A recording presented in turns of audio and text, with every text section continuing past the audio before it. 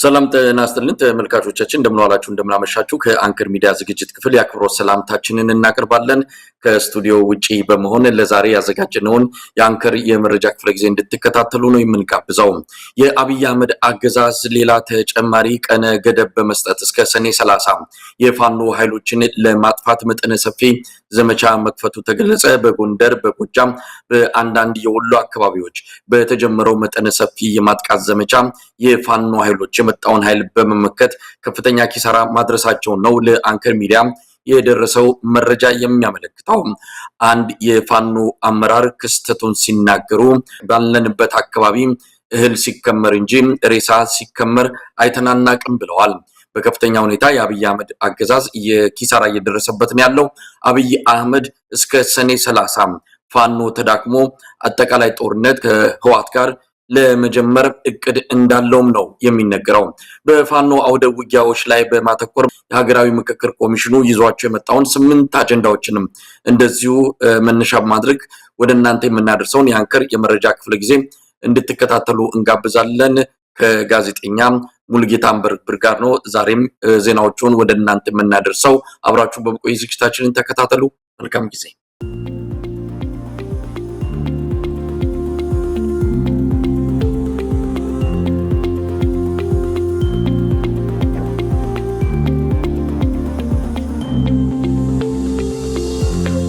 እናስተለን ሙልጌታ እንደምን አለ መሳይ። ዛሬ ወጣ ብለናል። እንግዲህ ወጣ ብለን መቼም የበየለቱ ኢትዮጵያ ክስተት መረጃው ለህዝብ መድረስ ስላለበት ከየትም ብንሆን ይህንን መርሃ ግብር ማቋረጥ እንደሌለብን በማመን ነው ዛሬም የተገናኘነው። አስቸጋሪ ሁኔታ ውስጥም ብንሆንም ነገር ግን ዛሬም ተገናኝተን የተወሰኑ መረጃዎችን መለዋወጥ አለብን በሚል እንግዲህ ብቅ ብለናል። ሙልጌታ ቀደም ሲል በመግቢያ ያነሷቸው አንዳንድ ጉዳዮች አሉ። የፋኖ ኃይሎችን ለማዳከም የአብይ አህመድ አገዛዝ አዲስ ዘመቻ ከፍቷል። ቀነ ቀጠሮ ዘንድሮም አላበቃም። ላለፉት 3 ዓመታት በየጊዜው ቀነ ቀጠሮ በመስጠት ነበረ የአብይ አህመድ አገዛዝ ፋኖን አጠፋለሁ እያለ ዘመቻ ሲከፍት የነበረው። ነገር ግን የመጣው ኪሳራ ከባድ እንደነበረ ሰራዊቱን በከፍተኛ ደረጃ ከጥቅም ውጪ ያደረገበት ሁኔታ ነው የተፈጠረው። አሁንም ሌላ ቀነ ቀጠሮ ሰጥቶ እስከ ሰኔ 30 በሚል ዘመቻ ከፍቷል። ባለፉት 2 ቀናትም የአገዛዙ ሚዲያዎች ስም እየጠሩ የፋኖ ኃይሎች አመራሮችን ገደልን የሚሉ መረጃዎችን በማውጣት የድል ዜና እያሰሙ ይገኛሉ። እንግዲህ ለደጋፊዎቻቸው እናተኩራለን እሱ ላይ። እስቲ ከፋኖ ጋር በተያያዘ ያሉትን መረጃዎች ታካፍለናል። የአማራ ክልል ምስለኔ አስተዳደር እንደዚሁ በአማራ ክልል ለሚገኙ የመንግስት ሰራተኞች በፋኖ ወይም እነሱ ጽንፈኛ በሚል የሚገልጹት ነው በእነሱ ምክንያት ስራ ያቆማችሁ የመንግስት ሰራተኞች በአስቸኳይ ወደ ስራ ገበታችሁ እንድትመለሱ የሚልም ዜና በማጀቢያነት ይዞ መጥቷል። ይሄም ፋኖን አጥፍተናል፣ ፋኖ ከዚህ በኋላ ስጋት አይሆንባችሁም፣ ስራ ገበታችሁ ላይ እንድትገኙ የሚል መመሪያ መበተኑን ነው የሰማነው። እስቲ ከፋኖ በተያያዘ ያሉት መረጃዎች በማካፈል ዝግጅታችንን እንቀጥላለን። አመሰግናለሁ መሳይ። በዛሬው ዕለት ለጣቢያችን ለሚዲያዎቻችን የደረሱትን መረጃዎች በማጋራት እንጀምራለን። በዋነኝነት ግን አንተም በመግቢያ እስከ ሰኔ 30 ቀን 2018 ዓ.ም ድረስ የፋኖን ኃይል ሙሉ ማጥፋት እንኳን ባንችል ማዳከም በምንችልበት በተለይ ክረምቱን አቅደው እንዳይዋጉም ወደ ማቀድ ትኩረት እንዳያደርጉ በዋነኝነት አሁን ባሉበት ነባራዊ ሁኔታ ቢዚ ማድረግ መቻል አለብን ወይም ደግሞ እዚህ አጀንዳ ላይ ብቻ እንዲጠመዱ ማድረግ አለብን በሚል እሳቤ እንግዲህ በሁሉም ግንባሮች በሚባል ደረጃ ከፍተኛ ውጊያ ከፍቷል። አሁን ከመሸ እንኳን በደረሰ በተለይ ደቡብ ጎንደር ላይ ከፍተኛ የፋኖ አመራሮችን ጭምር ለማፈን ከፍተኛ እንቅስቃሴ እንዳደረገ የተሰማው በደቡብ ጎንደር በሰሜን ወሎ ዞን መቄት ወረዳ አግሪ ተብሎ በሚጠራ በጎጃም በተለይ በቋሪት በደጋዳሞት እንዲሁም ደግሞ በማዕከላዊ ጎንደር ከፍተኛ ድል አገኘውባቸው ያሉት መረጃዎች ናቸው። በተለይ መከላከያ ገጹ ይፋ በእነዚህ ቦታዎች ላይ ድል አግኝቻለሁ በሚል ዘገባ የሰራበት ነው። እውነተኛውን መረጃ ግን መግለጽ ያስፈልጋል። በተለይ በጎጃም ቀጠና ያለው ወይም ደግሞ በቋሪት እንዲሁም ደግሞ በደጋዳሞት ያለው ምን ይመስላል የሚለውን ዝርዝር መረጃዎችን ለማጣራት ከፍተኛ ጥረት አድርጌ ነበረ። በተለይም በቋሪት ግንባር አገዛዙ ወደፊት አልተንቀሳቀሳችሁም ባላቸው 6 የራሱ ወታደሮች ላይ የሞት እርምጃ እንደወሰደና አንድ የሬጅመንት አዛዥም በፋኖ እንደተገደለ ሰምቻለሁ። በብር አዳማ አቅጣጫ ተሰማርቶ የነበረው የአገዛዙ ጥምር ጦር ነይባይ በደረሰበት ከፍተኛ ወታደራዊ ኪሳራና የሞራል ውድቀት የተነሳ ትዕዛዝ አልተቀበላችሁም ባላቸው በራሱ የሰራዊት አባላት ላይ አሰቃቂ የሞት እርምጃ መውሰዱ ነው እንግዲህ ከቦታው የደረሰኝ መረጃ የሚያመላክተው። ከግንባር ባገኘኋቸው መረጃዎች እንደሚያመላክቱት በቋሪት መገንጠያ ነጭ ውሃ በተባለ ልዩ ቦታ ወደፊት ለውጊያ ተንቀሳቀሳችሁም በሚል ሰበብ አገዛዙ የራሱን 6 የሰራዊቱ አባላት ጥይት ደብድቦ እንደረሸነ ነው የተሰማው። ከነዚህም በተጨማሪም በፋኖ ኃይሎች በተደረገው ውጊያ የተገደሉ ሌሎች 2 ወታደሮችን ጨምሮ በአጠቃላይ የ8 ሰራዊት አባላት አስከሬን ሳይቀበር ሜዳ ላይ ጥሎ ፊት ለፊት ለመንቀሳቀስ መገደዱ ተሰምቷል። በዚህ ሂደት ውስጥ ከፍተኛ አመራሮችም እንዳሉበት እየተገለጸ ይገኛል። ራሱ እንግዲህ ጥሏቸው የሄደውን የእነዚህን ወታደሮች አስከሬን የአካባቢው አርሶ አደር ሰብስቦ በዛሬው ዕለት ከመሸ አፈር እንዳለበሳቸው የዓይን እማኞች አረጋግጠዋል። በእንዲህ እንዳለ መሳይ በትናንትናው ዕለት በቋሪት ወረዳ ይበርት ቀበሌ ውስጥ በተደረገ ከፍተኛ ወደ ውጊያ አንድ የአገዛዙ ጦር ሬጂመንት አመራር በፋኖ ጀግኖች በተተኮሰ የድሽቃ ጥይት ተመትቶ መገደሉን የአካባቢ ውስጥ ምንጮች አረጋግጠዋል። ይህን ከባድ አመራርና የሰው ኃይል ኪሳራ ያስተናገደው የጠላት ኃይል መደበኛ ውጊያውን መቋቋም ሲያቅተው ተራራን ተገን በማድረግ ምሽግ ቆፍሮ በመደበቅ ላይ የሚገኝ ሲሆን አቅሙ እጅግ ተዳክሞና ተልፈስፍሶ እንደሚገኝም ተገልጿል። በአሁኑ ወቅት በተለይ በህዝባዊ ኃይል ጠንካራ ክንድ እየተመታ ያለው የአገዛዙ ሰራዊት ከፍተኛ የሞራል ስብራትና የውስጥ መከፋፈል ውስጥ መግባቱን መረጃዎች እያሳዩ ይገኛሉ። በተለይ የሰራዊቱ አባላት ካለ አንዳች አሳማኝ ዓላማ ከህዝብ ጋር እያጋጩን እያታኮሱን በከንቱ እያለቅን ነው በማለት በመሪዎቻቸው ላይ ከፍተኛ የሆነ ምሬት እያሰሙ እንደሚገኙ ከቦታው እየወጡ ያሉ መረጃዎች ያመላክታሉ። እንግዲህ የሰራዊቱ ብሰት አገዛዙ መሬት ላይ ያለውን የውጊያ እውነታ መቋቋም ተስኖት ከፋኖ አልፎ በራሱ ወታደሮች ላይ ጭምር የጥፋት በትር እያሳረፈ መሆኑ ነው በተጨባጭ እየወጡ ያሉ መረጃዎች የሚያመላክቱት። ሌላኛው መረጃ እንግዲህ በተለይ የአብይ አህመድ ሰራዊት ዛሬ ጧት ከ12 ሰዓት በላይ እንደ ኤሊ ሲጓዝ አድሮና አርፍዶ የአንደኛ ኮር በተለይ የአማራ ፋኖ ብሔራዊ ንቅናቄ ጎንደር ጠቅላይ ግዛት ወይም ደግሞ ሰሜን አማራ ቀጠና ሜጀር ጀነራል ባንታ ባተ አንደኛ ኮርን አካላትን ለማፈን 4 አቅጣጫዎች ማለትም በአለምበር፣ ከደብረታቦር፣ ከብናት ከተማ በተለይ በኮሎኔል አለሙ መብራት፣ ጥብቅ ደን፣ ነጭ ድንጋይ፣ ስራውዲ መገንጠያ፣ ለአምሳል ጊዮርጊስ፣ ቡራቃ፣ በዛሃና አጋሞች መሃል አድርጎ ወደ ቀጠናው እንቅስቃሴ ቢያደርግም የፋኖ ኃይሎች ግን ከፍተኛ እንቅስቃሴ በማድረግ በተለይ ከ12 በላይ የጠላትን ኃይል እንደዚሁ እንደደመሰሱ ነው የሰማሁት። በተለይ ሜጀር ጀነራል ባንታ ባተ ቀጠና ላይ በተንቀሳቀሰው የጠላት ኃይል ላይ ከፍተኛ የሆነ ኪሳራ ደርሶ የአገዛዙ ሰራዊት ወደኋላ እንዲመለሱ በተለይ ከ4 አቅጣጫ ፋኖች ወዳሉበት ቦታው መጥቀስ ስላልፈለኩ ነው እንቅስቃሴ ያደረገ ቢሆንም ያነ የመመከት ስራ እንድትሰራ ተሰምቷል። ሌላኛው መረጃ እንግዲህ በሰሜን ወሎ ዞን ነው። ሰሜን ወሎ ዞን በተለይ 106ኛ ኮር በሚንቀሳቀስበት የምኒልክ ዕዝ አግሪት ተብሎ በሚጠራው አካባቢ ላይ እንቅስቃሴ አድርጎ ከፍተኛ ድል አገኘው የሚል ዜናዎችን አስወጥቶ ነበር። ነገር ግን ከቦታው በሰማሁት መረጃ መሰረት የፋኖ ኃይሎች ከፍተኛ ኪሳራ አድርሶበት በተለይ ቦታውን ከማወቃቸው የተነሳ ከዚህ በፊትም በሰሜኑ ጦርነት የአግሪት የሚባለው መሳይ ታስታውሰዋል በተደጋጋሚ ሲጠራ የነበረ አካባቢ ነው። ወታደራዊ ዋና የሚባሉት ወይም ደግሞ ከፍተኛ ቦታዎችን በመያዝ የፋኖ ኃይሎች ከፍተኛ ኪሳራ በአገዛዙ ላይ እንዳደረሱ ተሰምቷል። ሌላኛው ኩልመስክ አካባቢ ነው። እንግዲህ ኩልመስክ ወደ ላሊበላ ከተማ፣ ወደ ድልብ እንዲሁም ደግሞ ወደ ራያ ቆቦ፣ ወደ ስታይሽ፣ ወደ አሁን ተገኝ የሚያንቀሳቅስ ዋና ቀጠና ነው። እዚህ ቀጠና ላይም በዲሽቃ በዙ 23 የታገዘ ውጊያ ተደርጓል። ነገር ግን የፋኖ ኃይሎች እዚሁም ቀጠና ላይ ድል ሳይቀናቸው እንዳልቀረ ተሰምቷል። ሌላኛው ቆቦ ዙሪያ የተደረገ ውጊያ ነው። በቆቦ ዙሪያም እንደዚሁ ከ101ኛ እና 102ኛ ኮር ጋር ከፍተኛ ትንቅንቅ ለማድረግ አገዛዙ ሙከራ አድርጓል። ነገር ግን አሁንም መቋቋም ስላልቻለ ተመልሶ ወደ ቆቦ ከተማ እንዲመለስ የተደረገበት እውነት እንዳለን የሰማ ነው። ሌላኛው አሁንም ወደ ጎንደር ቀጠና ስንመለስ በተለይ ከዚህ ከ2 ቀንና ከ3 ቀን በፊት ማዕከላዊ ጎንደር በተለይ 5ኛ ኮር በሚንቀሳቀስበት ቀጠና ላይ የጠላት ኃይል አንዳንድ ድል የሚመስሉ ነገሮች ለማግኘት ሙከራ አድርጎ ነበር።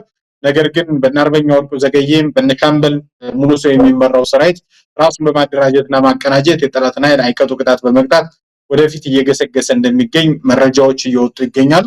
ሸዋ ጠቅላይ ግዛትም እንግዲህ መደበኛ አደረጃጀቱን ወይም ደግሞ ጉባኤውን ካካሄደ በኋላ በተለይ የአገዛዙ ሰራዊት ድባቅ ለመምታት ከፍተኛ እንቅስቃሴ እያደረገ እንዳለ ተሰምቷል። እንዳጠቃላይ መረጃዎቹ የሚያመላክቱት ከተለያዩ ግንባሮች እየመጡ ያሉት አገዛዙ በራሱ እቅድ እንቅስቃሴ እያደረገ ፋኖች ግን በመከላከል ላይ እንዳሉ ነው መረጃዎች በግልጽ የሚያስቀምጠው። ነገር ግን ፋኖች ከመከላከል አልፈው ከደፈጥ አልፈው ወደ መደበኛ ውጊያ በመሸጋገር የአገዛዙን ሰራዊት እያራገፉትና በርካታ ድል እያስመዘገቡ እንደሚገኙ መረጃዎች እየወጡ ይገኛሉ።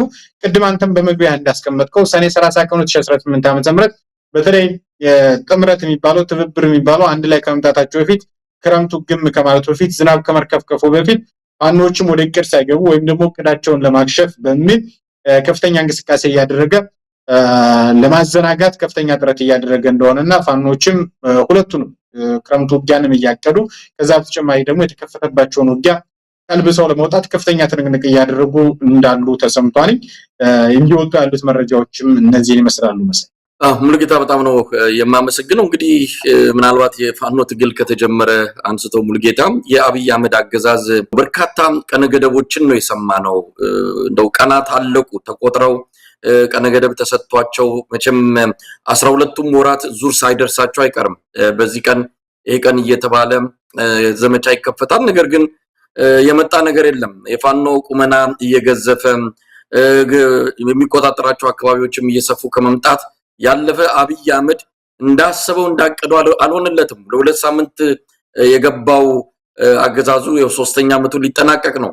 አሁንስ ምን የተለየ ነገር አለ? ከወትሮ ከሚያደርገው ማጥቃት በተለየም እስከ ሰኔ 30 ብሎ የከፈተው ዘመቻ ምን የሚያመጣው ለውጥስ ይኖራል? ጦርነት ነው፣ መስዋዕት የሚከፍሉ የፋኖ አመራሮች ታጋዮች ይኖራሉ። ይሄ ምንም አዲስ ነገር አይደለም። ለነሱ ብርቃቸው ሊሆን ይችላል። ፋኖ በተጨበጠ ሁኔታ በቪዲዮ የተደገፈ ድሎችን ላለፉት 2-3 ዓመታት ለህዝብ ሲያደርስ አንድም ቀን ሽፋን ያልሰጡ አንዳንድ ሚዲያዎች አሁን ያገዛዙ መከላከያ ሰራዊት ይሄንን ድል አደረግኩ ብሎ መግለጫ ሲሰጥ ያንን ሰፊ የዜና ሽፋን የሰጡበት ሁኔታ በራሱ አስገራሚ ነው።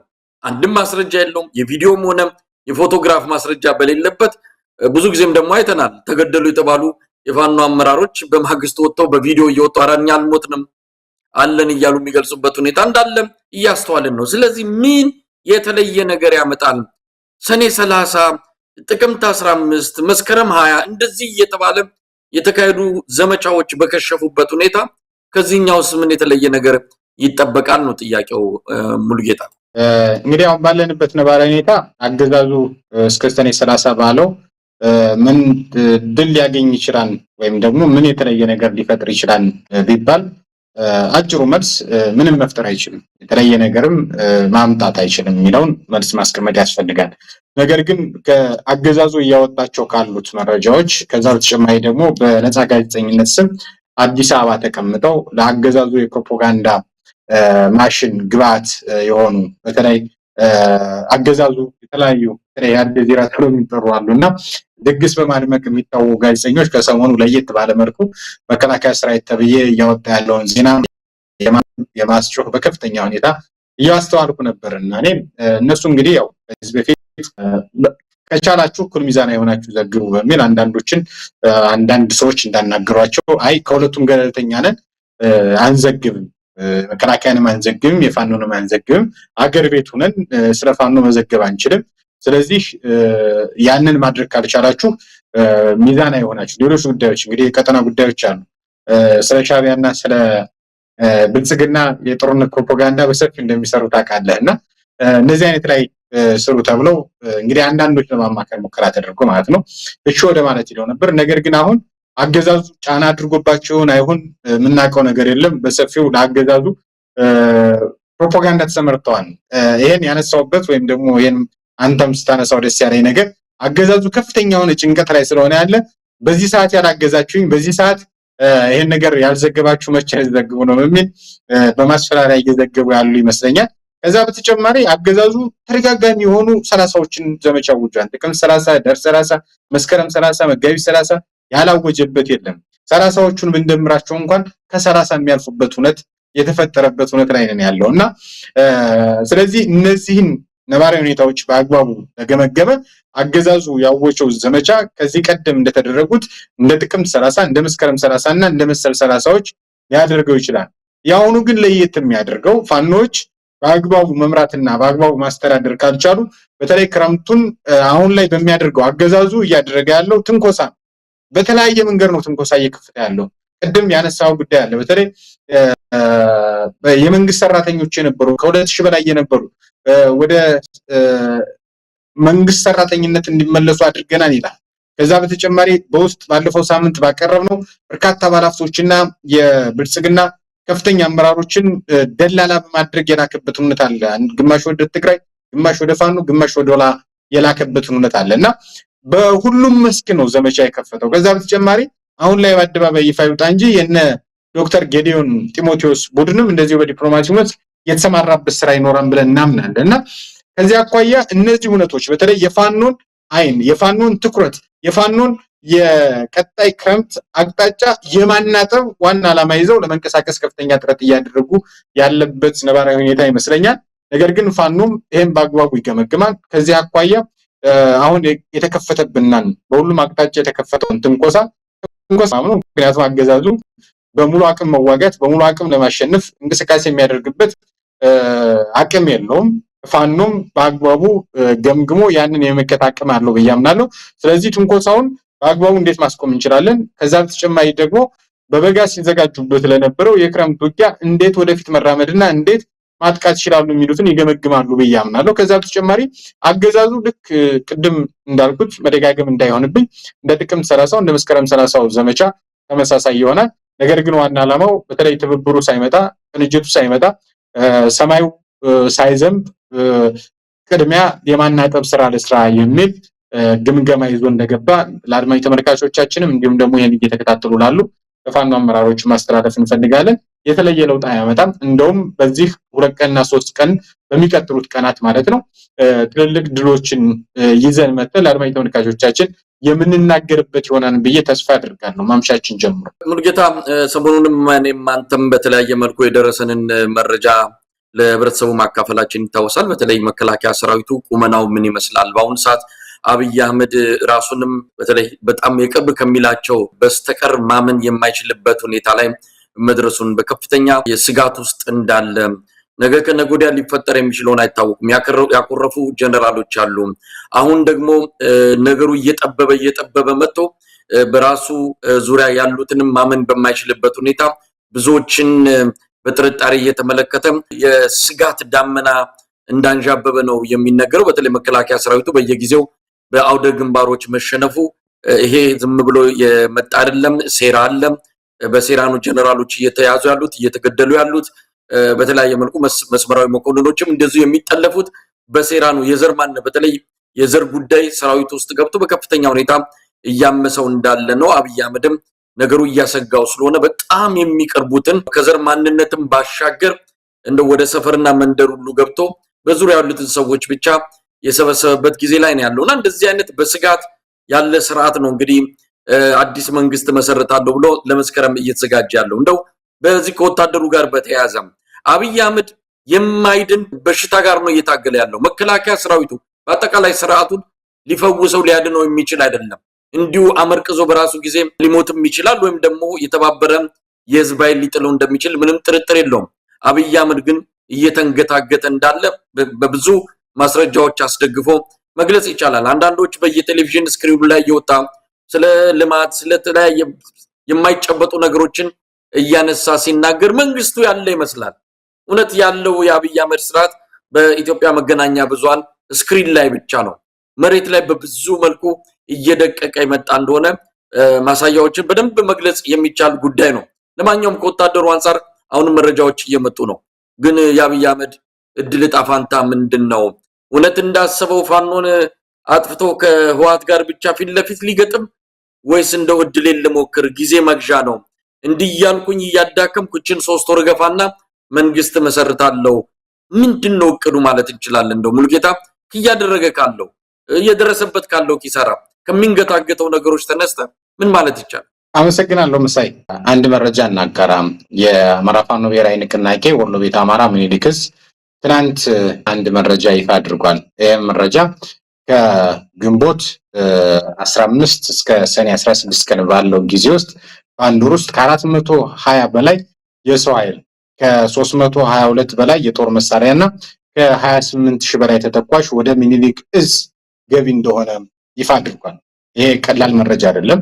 አገዛዙ በከፍተኛ ሁኔታ ይሄ እንግዲህ የአማራ ፋኖ ብሔራዊ ንቅናቄ ካሉት 5 እዞች በአንዱ እዝ ብቻ አንድ ወር ወደ ፋኖ ከ400 በላይ የሰው ኃይል የተቀላቀለ ነው። እንግዲህ ከነዚህ ከ420 በላይ ካሉት ሰራዊቶች መካከል 304ቱ የመከላከያ ሰራዊት አባላት ናቸው። 304ቱ የመከላከያ ሰራዊት አባላት ናቸው። ሌሎቹ የአድማ ብተና፣ ሚኒሻ መሰል ናቸው። እንግዲህ ከመከላከያ ሰራዊቱ ያውም ደግሞ በአንድ ቀጠና ከምኒልክ እዝ ብቻ በአንድ ወር ከ420 በላይ መቀላቀል ማለት የአገዛዙ ሰራዊት የብልጽግና ሰራዊት ሙሉ ለሙሉ ከብልጽግና ጎን መቆም ወይም ደግሞ ቆሞ መዋጋት የማይችልበት የአገዛዙ የመዋጋት እንግዲህ አንድ ሰራዊት የመዋጋት ሞራል ከሌለው ማሸነፍ አይችልም። በየጊዜው የሚከዳ ከሆነ ማሸነፍ አይችልም። ብልጽግና አሁን ላይ የሚዋጋበት ምንም አይነት ምክንያት የለውም። የኢትዮጵያ መከላከያ ሰራዊት የሚባለው ትናንት የትግራይ እናቶችን ዛሬ የአማራ እናቶችን ዛሬ የኦሮሞ እናቶችን እየገደለ ያለ ደንበር ጠባቂ ሳይሆን ሰፈር ጠባቂ ሆኗል። ከዚህ አኳያ ይህን ሰራዊት በዚህ ልክ ከገመገምነውና ካየነው የብልጽግና አገዛዝ በማያሸንፈው ጦርነት ውስጥ አብይ አህመድ በማያሸንፈው ጦርነት ውስጥ ለምንድነው መንከላውስ የፈለገው ከተባለ በርካቶችም እንደሚስማሙበት በርካቶችም እንደሚናገሩት አብይ አህመድ ያለ ጦርነት ውሎ ማደር አይችልም። ጦርነት ካለ ትጠይቃለህ። ጦርነት ካለ የምግብ ጥያቄ አለ። ጦርነት ካለ በርካታ ጥያቄዎች አሉ። ስለዚህ እነዛን ጥያቄዎች ለማድበስበስ እነዛን ጥያቄዎች ለማለፍ ዋነኛ መሳሪያው ጦርነት ነው። ጦርነት ይፈበርካን ጦርነት ሲያመርቱ ነው የሚያድር ነው። ሁሉን ነገር ወደ ጦር ግንባር የሚል ግለሰብ ነው። የራሱ የብልጽግና አመራሮች በፋኖ ኃይሎችን በሚማረኩበት ጊዜ ጦረኛው አብይ አህመድ የሚሉት ነው። አብዛኛው ሰው አሁን የተስማማበት ነው ጦረኛው አብይ አህመድ የሚለው። ስለዚህ አሁን ላይ እያደረገ ያለው ጊዜ ለመግዛት ከፍተኛ ጥረት እያደረገ ነው። ቅድም አስቀምጫለሁ፣ አሁንም ደግመዋለሁ። የፋኖ ኃይሎች ወደፊት እንዳይገሰግሱ እቅዳቸውን የማበላሸት እቅድ ይኖራቸው አይኖራቸው አላውቅም በነገራችን ላይ። ነገር ግን እስካሁን ስንከታተለው ከነበር ነው ወይም ደግሞ በዚህ ክረምት ላይ በርካቶች ተስፋ ከሚያደርጉት የአብይ አህመድን አገዛዝ ሰራዊቱን ጭምር ነው። በነገራችን ላይ አመራሮች ናቸው ቅር ሊኖራቸው የሚችለው። ነገር ግን ሰራዊቱን ጭምር በዚህ ክረምት የአብይ አህመድን አገዛዝ ለአንድና ለመጨረሻ ጊዜ ማስወገድ መቻል አለብን። የድሮን አይኖች ሲታወሩ፣ የከባድ መሳሪያ እንቅስቃሴ በተለይ በጭቃና በሌሎች መንገዶች ሲዋጡ እኛ ወደፊት መንቀሳቀስ የምንችልበት እድል ይፈጠራል በሚል በርካቶች የሚስማሙበት ጉዳይ ነው። ስለዚህ አሁን ላይ በበጋም ይዋጋን አብይ አህመድ 20 ዓመት ብትዋጉኝ አታሸንፉኝም፣ 1000 ዓመት ብትዋጉኝ አታሸንፉኝም የሚል ነው ይሄ ግለሰብ። ስለዚህ ይሄ ግለሰብ በህዝባችን ላይ እያደረገ ያለው ቅድም አንተ ጠቅሰዋል፣ ወደኋላም አንተም በመግቢያ እንዳስተዋወቀው በተለይ ከዚህ ከሀገራዊ ምክክር ኮሚሽን ከሚባለው አስተዳደር ጋር በጋራ ሊመሰረት ያሰበው ፕሬዝዳንታዊ አስተዳደር አለ። ለዛ የጊዜ መግዣ ነው ብዬ ነው የማስበው እንጂ በዚህ ጦርነት ውስጥ የተለየ ለውጥ አመጣለሁ ብሎ አይደለም። ለድሃ ልጅ ጭንቀት የለውም። ከየሰፈሩ እያፈሰ ወደ ግንባር ይልካል። እነዛ እናቶች ደግሞ ሲጠይቁ ወደ እስር ቤት ይጋዛሉ። ለኢትዮጵያ የሞተው በሚል ምላሽ ይሰጣቸዋል። በኢትዮጵያ ስም ግፍና በደል ይፈጸማል። የማይቻልበት እውነት የተፈጠረበት አስገድደውን ጭምር ወደ ጦር ሜዳ እየማገዱ ያለበት እውነት ነው ያለው። ስለዚህ እንዳጠቃላይ ከጠየቀኝ አኳያ ጥያቄውን እንዳልለው ጊዜ ለመግዛት ሙከራ እያደረገ ነው። ሙሉጌታ እንግዲህ አብይ አህመድ አንድም በዚህ በሚቀጥሉት ወራቶች የኢትዮጵያን ሕዝብ ፋታ ነሳለው እረፍት እንዳይኖረው አድርጋለሁ አጀንዳዎች እየወረወርኩለት በዛ አጀንዳ ጊዜውን ሲያጠፋ ሲጨነቅ ሲጠበብ ስለ ኑሮ እንዳያስታውስ ስለደረሰበት የኑሮ ሸክም ትዝ እንዳይለው እናደርጋለን ብሎ መጠነ ሰፊ የሆነ የአጀንዳ ምርት ውስጥ ነው የገባው አብይ አህመድ። ለዛ ደግሞ ይሄ የምክክር ኮሚሽኑ አይነተኛ መድረክ ሆኖለታል። ይሄ ምክክር ኮሚሽን እንግዲህ ከሐምሌ 8 ጀምሮ ለ3 ሳምንታት በአዲስ አበባ 4000 ጉባኤተኞች የተገኙበት መድረክ እንደሚኖር ነው የተነገረው። ይሄ ጉባኤተኛ በደረሰን መረጃ መሰረት ከ80% በላይ የብልጽግና አባላት እንዲመለመሉ ከበላይ ትዕዛዝ ተሰጥቶ ኮታ ተመድቧል። ለየክልሉ ለየከተማው አስተዳደር 80% በላይ የሚሆኑት የብልጽግና አባላት ናቸው። እሱ አይደለም ትልቁ ችግሩ የወጣት ማህበራት ይላል ደግሞ የተወሰነ ፐርሰንት። እነዚህ ወጣት ማህበራት በቀጥታም ይሁን በተዘዋዋሪ በብልጽግና የተደራጁ ናቸው። ሌላው የሀገር ሽማግሌዎችና የሃይማኖት አባቶች ይላሉ። እነዚህ የሀገር ሽማግሌዎችና የሃይማኖት አባቶች ቆብ ያጠለቁ ጋቢ የደረቡ የብልጽግና ደጋፊዎች ወይም አባላት እንደሆኑ ይታወቃል። ስለዚህ ምክክሩ በብልጽግናና በብልጽግና መሃል ነው። የኢትዮጵያ ሕዝብ የመከረው ነገር የለም ነው። ያ እንዳለ ሆኖ ግን አሁን 8 አጀንዳ ተሰብስቦ ያ ሁሉ የኢትዮጵያ ሕዝብ መከረ የተባለው አጀንዳ ወደ 8 አጀንዳዎች ተጠቃሎ መጥቶ አሁን የሚመከረውና ለመጨረሻ ውሳኔ የሚቀርቡት እነዚህ 8 አጀንዳዎች ናቸው ተባለ። እንደ እውነት ለመናገር የኢትዮጵያ ሕዝብ ልብ ብሎ ወደኋላ መለስ ብሎ የኦሮሚያ ብልጽግና ተነጥሎ ከሌሎች የብልጽግና መዋቅሮች ተነጥሎ ለብቻው አጀንዳ አቅርቦ እንደነበረ እናስታውሳለን። 12 አጀንዳዎች ከ12ቱ 8ቱ አሁን በኮሚሽኑ ይፋ የተደረጉት ናቸው። እንደሰማነው ከሆነ አብይ አህመድ ምርጦ ለዚህ ኮሚሽን ያስገባቸው ሰዎች ከዚህ ጀርባ ዋናውን ስራ ሲሰሩ እንደነበረ ነው በደንብ በሚገባ ውስጥ ካለ ሰው ያገኘነው መረጃ የሚያመለክተው። ያንን 8 አጀንዳዎችን ያቀረቡት ፕሮፌሰር መስፍን አራያ ምን እንደሆነ እንኳን አያውቁም። ሌሎች ኮሚሽነሮች አያውቁም። ወይዘሮ ሂሩት ገብረስላሴ የምትባል በደም ወይም ደግሞ በዘር ሐረግ ሄደች የኦሮሞ ተወላጅ የሆነች በኦሮሚያ ብልጽግና ተመልምላ እዚህ ውስጥ የገባች የኦሮሚያ ብልጽግና አባልም የሆነች አጀንዳዎቹን ከአብይ አህመድ ጋር መክረው በኮሚሽኑ አማካይነት ለህዝብ ይፋ የተደረጉት 2-3ቱን አጀንዳዎች እስቲ እንመልከታቸው። በቀጥታ አብይ አህመድ ሲያቀነቅናቸው የነበረ አብይ አህመድ እንዲፈጸምለት የሚፈልጋቸው ናቸው። አንደኛው የአዲስ አበባና የድሬዳዋ ጉዳይ ነው። በግልጽም የሚታወቅ ነው። እነዚህን ከተሞች በኦሮሚያ ክልል ስር ለማድረግና አጀንዳ ፈጥሮ የትብብር እየመጣለውን የትብብር መንፈስ ለማደፍረስ ትልቅ አጋጣሚ ፈጥሮለታል አብይ አህመድ። ስለዚህ አዲስ አበባና የድሬዳዋን ጉዳይ አሁን እንደ አንድ የኢትዮጵያ ህዝብ የሚያሳስበው ጭንቀት የሆነበት አላሻግር ያለው ጉዳይ ሆኖ መጥቷል። ሌላው ቅርጸ መንግስትን የተመለከተ ነው። ቅርጸ መንግስቱ ምን ይምሰል ነው? አብይ አህመድ ከምንም በላይ ይህንን አጀንዳ ይፈልገዋል። የሁሉም ኢትዮጵያዊ በአንድ ድምጽ የመረጠኝ መሪ ንጉሰ ነገስት ተብሎ መቀጠል ነው የሚፈልገው። ቤተመንግስቱንም እያዘጋጀ እንዳለን የሰማ ነው። ስለዚህ የጠቅላይ ሚኒስትር የሚለው መዋቅር ይቀየርና በፕሬዝዳንትነት መዋቅር በአዲስ ካባ መስከረም ላይ ብቅ ሊል ፈልጓል። ይህንንም በምክክር ኮሚሽኑ አማካይነት አጀንዳው እንዲመጣ ተፈልጓል። ሌሎችንም አጀንዳዎች ብንመለከት አብይ አህመድ ወደፊት እየገፋቸው ያለ ላለፉት 8 ዓመታት በተለያዩ መድረኮች ሲያነሳቸው የነበሩ አጀንዳዎች ናቸው። እንደ ሙሉጌታ እንግዲህ 3 ሳምንት ከሐምሌ 8 ጀምሮ ለ3 ሳምንት ይካሄዳል። ከፍተኛ ገንዘብ ነው የሚወጣበት። እነዚህ 4000 ከተለያዩ የኢትዮጵያ አካባቢዎች የሚመጡ ጉባኤተኞች የመኝታቸው፣ የምግባቸው፣ የትራንስፖርታቸው፣ የኪሳቸው የሁሉ ገንዘብ የ4000ን ደምርና ቀንስና የሚመጣውን ሂሳቡን እንግዲህ ኢትዮጵያ ህዝብ ያስላው። ከዛ ኢትዮጵያ ያለችበትን ችግር በሚገባ ከዚህ አንፃር ይመዝነው። ለማንኛውም እንዴት አየኸው? 8 አጀንዳዎች ለኢትዮጵያ ህዝብ ይፋ ተደረጉ። ምንም አዲስ ነገር የለም። ይህን ጉዳይ በአግባቡ ማየት ያስፈልጋል ብዬ አስባለሁ። እንግዲህ ኮሚቴ የተቋቋመው ወይም ደግሞ የምክክር ኮሚሽን ተብዬው ኮሚቴ ነው ብንለው ይቻላል። የአብይ አህመድ ኮሚቴ ነው። ልክ የአብይ ብሔራዊ ንቅናቄ እንደምንለው ማለት ነው። እንደዛ ነው እና ታህሳስ 20 2014 ዓ.ም ተቋቋመ። ታህሳስ 20 2017 ዓ.ም ኮሚሽኑ ስራውን ጨርሶ ይዘጋል ነበር አይደል? ሲቋቋም የነበረው ያ መሆን አልቻለም። ከዛ በኋላ ለአንድ ዓመት ይራዘም ተብሎ የካቲት 2017 ዓ.ም ለአንድ ዓመት ይራዘም ተብሎ ተራዘመ። አሁንም ስራውን ሊጨርስ አልቻለም። የካቲት 2018 ዓ.ም ድጋሜ ተራዘመ ማለት ነው።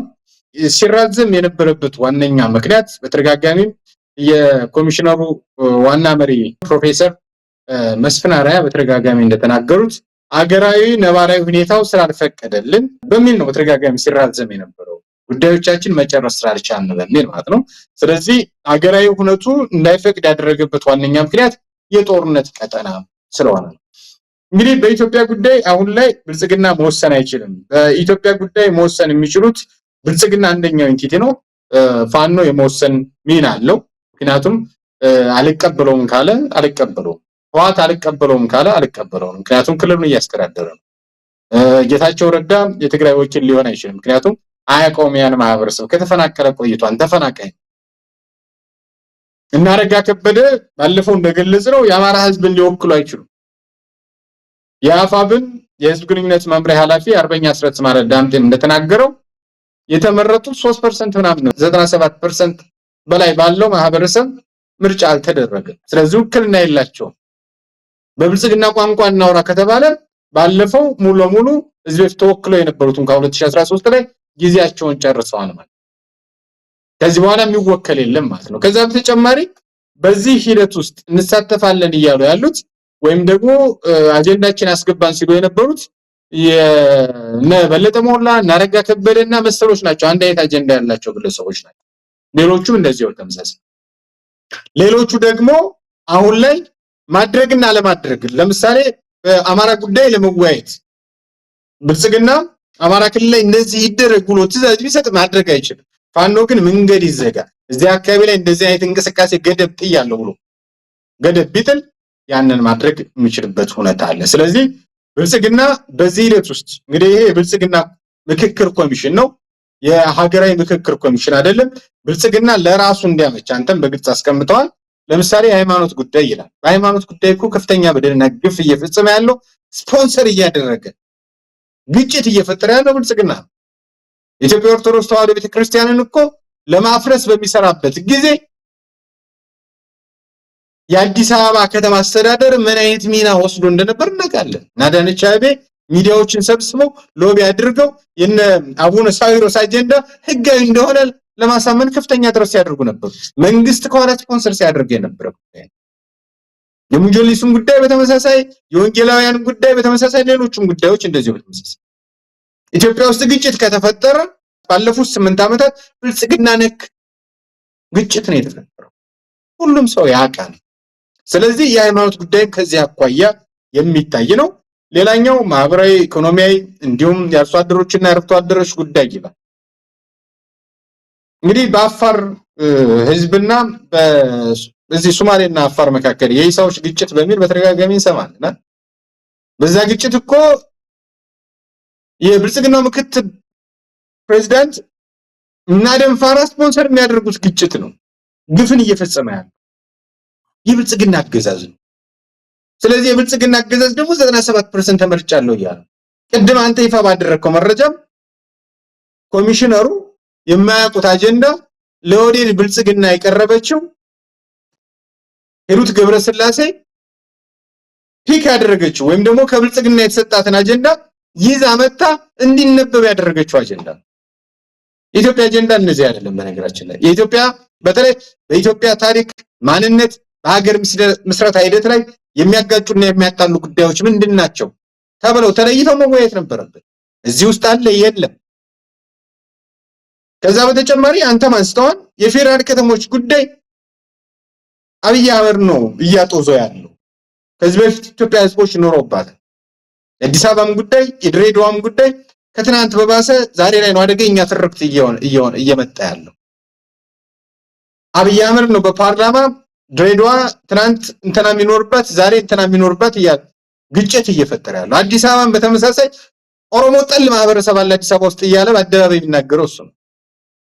ተዋዶ ተጋብቶ ተዋልዶ የሚኖረውን የኦሮሞውን ማህበረሰብ ከሌላው ለመነጠል የሚያደርገው ጥረት እሱ ነው።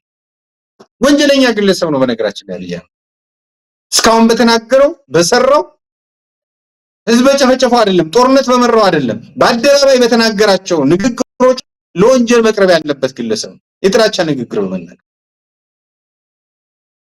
ያውም ደግሞ ንግግሬ ፊርማ ነው የሚል ግለሰብ ማለት። ከዛ በተጨማሪ መሳይ በተለይ የህግ የበላይነት መላላት፣ የተቋማት ድክመት በተመለከተ በተለይ እዚህ ላይ ያስቀምጠዋል። ሙስናና መልካም አስተዳደርን በተመለከተ ይላል። በአደባባይ ዝረፉ፣ በአደባባይ እንደዚህ አድርጉ እያለ የሚናገር ግለሰብ የብሔራዊ አጀንዳ መመካከሪያ አንደኛው ሙስናና መልካም አስተዳደር ነው ካለ፣ ስለዚህ መልካም አስተዳደር እጦት ካለ የመልካም አስተዳደር እጦቱን በአግባቡ ከተገመገመ ይሄ አገዛዝ ብልጽግና የሚባለው አገዛዝ መልቀቅ ነበረበት። ያን አይደለም እየፈለጉ ያሉት። ሌላኛው ኢትዮጵያ ትመካከርበት ልትወያይበት የሚገባ ጉዳይ በተለይ ከጸጥታና ከማህበራዊ ቀውስ ጋር በተያያዘ ነበር። በዚህ ሂደት ውስጥ የለም የሰላም ጉዳይ የሀገር ግንባታ ጉዳይ ይላል። የሀገሪቱን ሰላም አደፍራሽ፣ የሀገሪቱን የሰላም ጠንቅ፣ የሀገሪቱን የጦርነት ማሸግ፣ የሀገሪቱ የችግሮች ሁሉ አንቴና የሆነውን አብይ አህመድን ይዘን ስለ ሰላም ግንባታ ጉዳይ ተወያያችን። ይህን በአግባቡ ማስቀመጥ ያስፈልጋል። ጦርነት የሚፈብርክ እንግዲህ በተደጋጋሚ ብዙዎቹ የሚስማሙት አብይ አህመድ ከመምጣቱ በፊት በኤርትራ ታጣቂ ኃይል ሊኖር ይችላል። ኢትዮጵያ ውስጥ እንደዚህ አይነት ታጣቂ አልነበረም። አሁን እኮ በሚሊዮን የሚጠጋ ተጠግቷል ኢትዮጵያ ውስጥ ያለ ታጣቂ። አሁን ደግሞ የብልጽግናን አገዛዝ ወይም ደግሞ ስርዓተ መንግስቱን ባንክም ታንክም አየርም ድሮንም ያለውን አገዛዝ እየተዋጋ ያለ ማለት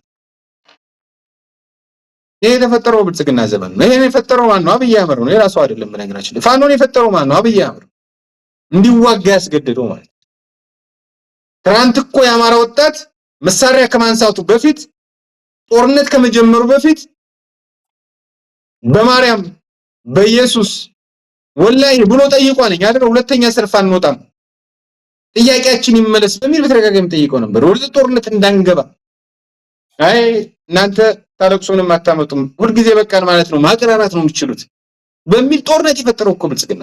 ታዲያ ይሄ ስለ ሀገር ግንባታና ስለ ሰላም ልንወያይ እንችላለን ከዚህ አገዛዝ ጋር? አብይ አህመድ ፈቃደኛ ባልሆነበት ነባራዊ ሁኔታ ይሄን ማየት አይቻልም። በደንብ መታየት ያለበት መሳይ ኢትዮጵያ ለዚህ ሁሉ ጥንቅጥ የገባችበት የወሰንና የማንነት ጉዳይ ነው። ኢትዮጵያ ለዚህ ጉዳይ የገባችበት የብሔር ፖለቲካና የፌዴራሊዝም ፖለቲካ ምናምን የሚባሉት የትኛው ይቅደም የሚለው ነገር በአግባቡ ስላልተቀመጠ ሰዎች በብሔራቸው ተመርጠው ስለሚገደሉ ነው። እንደ ሰው ስለማይከበሩ ነው። አንድ አማራ ኦሮሚያ ክልል ላይ የሰብአዊ መብት ስለሚነፈግ ነው። ሰው መሆኑ ከየት እንደመጣ ስለማይታወቅ ነው። አንድ ትግሬ ደቡብ ክልል ላይ ሚና ስለሌለው ነው። መመረጥም የማይችልበት ሁኔታ ስለተፈጠረ ነው። ኢትዮጵያ ውስጥ እየኖረ የት እንደሚኖር እንዳያውቅ የተደረገበት ምስጢር ነው። እነዚህ ችግሮች ናቸው የሚቀድሙት። የመኪና ታርጋ ሲቀይር ታገኘዋለህ ያገዛዝ ገንዘብ ስለሚያገኝበት።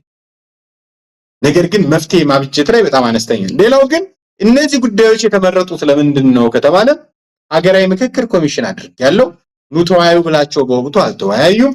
ስለዚህ እኔ ግን የሚወያዩኝን የሚመስሉኝን ሰብስቤ ተወያይቻለሁ፣ ተነጋግሬያለሁ። እንግዲህ ቅድም አስቀምጠዋል ለ3 ሳምንት የሚዘልቅ በርካታ ስንቀፈጅ ነው። በነገራችን ላይ ይሄ ብሔራዊ ምክክር ኮሚሽን ላለፉት ዓመታት በተለያየ ከተማ እየዞረ አበል ሲበላ የነበረ ስብስብ ነው። ስንቀፈጅ ነው። ነገር እዚህ በርካታ ሰዎችን ሰብስበው ከ4000 በላይ ስንቀፈጅ የሆነ የሀገሪቱን ሀብትና ንብረት እየበላ ያለ ያሳማ ስብስብ ነው። በዚህ ሂደትም እየተሳተፈው ያለው ጭምር ማለት ነው። ምክንያቱም የአብይ አህመድ አገዛዝ ስልጣን ለማስያዝ ሲባል አንደኛው የመንግስት ቅርጽ ያደረጃጀትና የስርዓት ጉዳይ ነው የሚለው ፕሬዚዳንት አድርጉኝ ነው ሌላ አይደለም። መስከረም 30 ላይ ፕሬዚዳንት ለመሆን ነው ከፍተኛ ስራ እየሰራ ያለው። ይሄን እያስፈጸሙ ያሉት ደግሞ እነ ሂሩት ገብረስላሴ ናቸው። እነ ፕሮፌሰር መስፍን አርአያ መጀመሪያ አካባቢ ላይ ህዝባቸውን ሲዋሹ ስለነበሩ አሁን ላይ አይ እንደዚህ ማለት አይችሉም፣ መናገርም አይችሉም። አንዳንዶች እዛ ውስጥ ያሉት ለምሳሌ ለሚዲያዎች መረጃ የሚያደርሱ እኛ እናቀው ፕሮፌሰሩ አያውቁትም፣ ሙሉ የምክክር ኮሚሽኑ አያውቀው፣ መጀመሪያ አቀህ ይገባል። ስለዚህ መስከረም 30 ቀን እቅድ አለው። በነገራችን ላይ ቆየ ነው። መስከረም 30 ላይ እኔ ፕሬዚዳንት ሆናለሁ፣ በፕሬዚዳንትነት ማዕረግ ትመራለች ሀገሩ ወይም ደግሞ ንጉሳዊ ስርዓት እንደማለት 7ኛው ንጉስ ሆናለሁ ነው ያለው። ህልሙን መኖር ይፈልጋል ይግለሰብ። ስለዚህ ከህልሙ የሚያናጥበውን ሁሉ ይገላል ማለት ነው። እንደው ሙሉ ጌታ ይሄን ምክክር ኮሚሽን ብዙ ነገር ማንሳት ብንችል በወደድን፣ ግን ላለፉት 4 ዓመታት ይሄ ኮሚሽን ከተመሰረተ ጀምሮ እውነት በቅንነት ኢትዮጵያ በምክክር ነው የምትሻገረው። ኢትዮጵያ በጦርነት አይደለም። ጦርነት ያነሱ ብረት ያነሱ ወገኖች አማራጭ አጥተው ነው አብይ አህመድ አማራጭ እንዳይኖራቸው ስላደረገም ወደ ጦርነት ገቡ እንጂ ጦርነት መፍትሄ ሆኖ አይደለም። ምክክር ነው። ምክክር እውነት ቃሉን ስትሰማው ደስ የሚል ነገር ነው። አብይ አህመድ ጋር ግን መጫወቻ መሳቂያ የሆነበት ሁኔታ ነው የተፈጠረው። ስለ ምክክር ኮሚሽኑ ከመጀመሪያው አንስቶ ተቃውሟቸውን ሲያሰሙ የነበሩ ምሁራን አሉ። በቅንነት እውነት ለመናገር ይሄ ሐሳብ ትልቅ ነው አብረን እንስራ ብለው ሁኔታውን ሲያዩት ግን ምንድነው ገና ሽሉ ገና ከመፈጠሩ የተጨናገፈ ሆነው ነው ያገኙት። መወለድ የሌለበት መጨናገፍም በዛው ተቀብሮ መቅረት ያለበት ኮሚሽን ብለው የሚገልጹትም ጥቂቶች አይደሉም። አብይ አህመድ በዚህ ኮሚሽን ብዙ ነገሮችን ለማድረግ ፈልጓል። አንድም ያው ምክክር አድርጊያለሁ፣ ምርጫም አድርጊያለሁ፣ በሁሉም ላይ አልሳተፍም ብሏል። እኔ ግን እድሉን መድረኩን አመቻችቼ እነሱ ጦርነት መርጠዋል ብለው ምናልባት ትክክለኛ ድምጽ የህዝብ ድምጽ አንስተው የሚታገሉ አካላትን በዓለም አቀፉ ማህበረሰብ ዘንድ ለማሳጣት የሚያደርገው አንዱ ሙከራ በዚህ በምክክሩ ኮሚሽኑ አማካኝነት ነው። ለማንኛውም ስለ ምክክሩ አንድ ሁለት ነገሮችን እናንሳ። ራሳቸው ፕሮፌሰር መስፍን አርአያ የተናገሩትን ይሄ ምክክር ኮሚሽን ምሁራን የሉበትም፣ ምሁራን አልመከሩበትም፣ ስለዚህ ምሁራን አለመኖራቸው ያሳስበኛል አሉ። ትክክል ናቸው። የኢትዮጵያውያን በአሁን ሰዓት ተቃርኖዎች፣ ግጭቶች፣ ፍጭቶች በልሂቃን መሃል የሚደረግ ነው። እዛ ታች ያለው ማህበረሰብ ክፍልማ እድል ጣፋንታው ተመሳሳይ ስለሆነ የሚጋጭበትም አጀንዳ የለውም። አጀንዳው የሰላምና የዳቦ ጉዳይ ብቻ ነው። እስካሁን በዚህ አሁን በኢትዮጵያ ውስጥ ትልቅ ክስተት ሆኖ ኢትዮጵያን እንደዚህ መፈናፈኛ ያሳጣት ችግሮች በዋናነት ከልሂቃን የሚመነጩ ናቸው። እነሱ ያልመከሩበት ምክክር ነው ምክክር ተብሎ እየተካሄደ ያለው። ሌላው በጣም አስገራሚው ነገር ምክክር የሚከናወነው ከጦርነት በኋላ ነው። ጦርነት ዳግም እንዳይመጣ ጦርነት ውስጥ ያሉ ኃይሎች ቁጭ ብለው ጦርነት አያስፈልገንም፣ ስለዚህ በምክክር ሀገርን እናሻገር ብለው ከጦርነት በኋላ የሚያደርጉት ክስተት ወይም ደግሞ መርሃ ግብር ነው። በኢትዮጵያ ግን ለመጀመሪያ ጊዜ በዓለም ታሪክ ጦርነት ውስጥ አክቲቭ ጦርነት በሚካሄድባት ኢትዮጵያ ምክክር ደግሞ በጎን ይካሄዳል። እንግዲህ ሳል ይዞ ስርቆት ምንድነው ይዞ እንደማይሆን ሁሉ ጦርነት ይዘ ምክክር አታረግም። ጥይት እየተኮስክ አትመካከርም። አብይ አህመድ ይቻላል ነው ያለው። ጦርነት እያካሄድን ልማት፣ ጦርነት እያካሄድን ምርጫ፣ ጦርነት እያካሄድን ምክክር ማድረግ እንችላለን ያለው። እንግዲህ የኢትዮጵያ ችግር ምንድነው? እስቲ መፍትሄ እንፈልግ። ሌላው ይቅርና እንደው የሽግግር መንግስት እንኳን ይምጣ። በሽግግር መንግስት ቁጭ ብለን ኢትዮጵያን ከመጣባት መከራ እንደው ታድገናት እናሻግራት ብለው ሲጠይቁ የምን የሽግግር መንግስት ነው ብለው አብይ አህመድ በአደባባይ እዛው ምክክር ኮሚሽኑ መድረክ ላይ ነው የተናገረው። እስቲ እንስማው፣ ሙሉጌታ እንስማው። የሽግግር መንግስት የሚል ሐሳብ ይነሳል። ኢትዮጵያ ውስጥ ከእንግዲህ በኋላ የሽግግር መንግስት አይኖርም።